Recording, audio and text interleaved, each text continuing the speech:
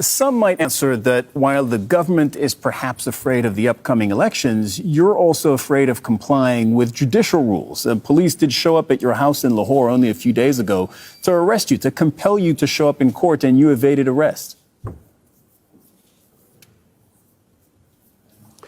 Well, let me tell you something. So far, there are 76 cases against me.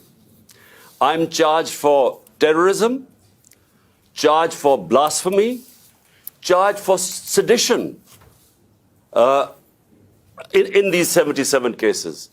And these cases have been made in the last few months. So I've been going from one courtroom to the other. What happened was when I was shot, this assassination attempt on me, for 4 months, my leg wasn't, I had 3 bullets in my leg, so I couldn't go out of my house.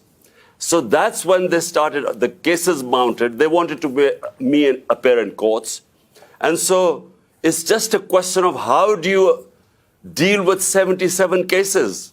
I mean, how many court appearances do you make? So it is just one other way of getting me out of the way to contest the elections.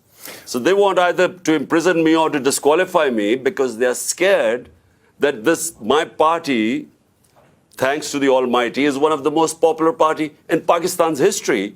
So because they're scared, that's why they're trying to find ways either to get out of elections or get me out of the way.